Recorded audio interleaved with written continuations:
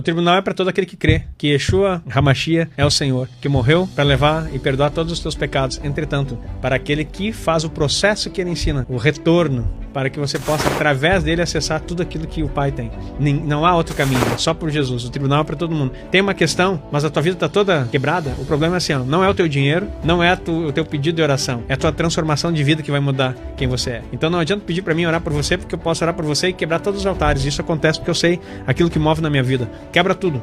Mas aí amanhã você volta e pratica a mesma coisa. Sabe o que está acontecendo? Você está chamando mais sete por altar para ficar te destruindo. E aí a tua vida vai à ruína. Todo mundo fica pedindo, o Senhor não ora, algumas no atendimento. Eu achei que no final ele ia fazer aquela oração forte, que ia orar por mim e que ia quebrar tudo. Não vou fazer, porque eu não sei, se você não quebrar e não mudar, eu não vou te ajudar, eu vou desgraçar a tua vida. Porque se eu orar, o altar vai quebrar. Não porque eu sou melhor que ninguém, mas porque eu sei aquilo que carrego. Agora, e você está preparado para viver a novidade de vida? Aí eu estou contribuindo com o quê? Com a tua destruição.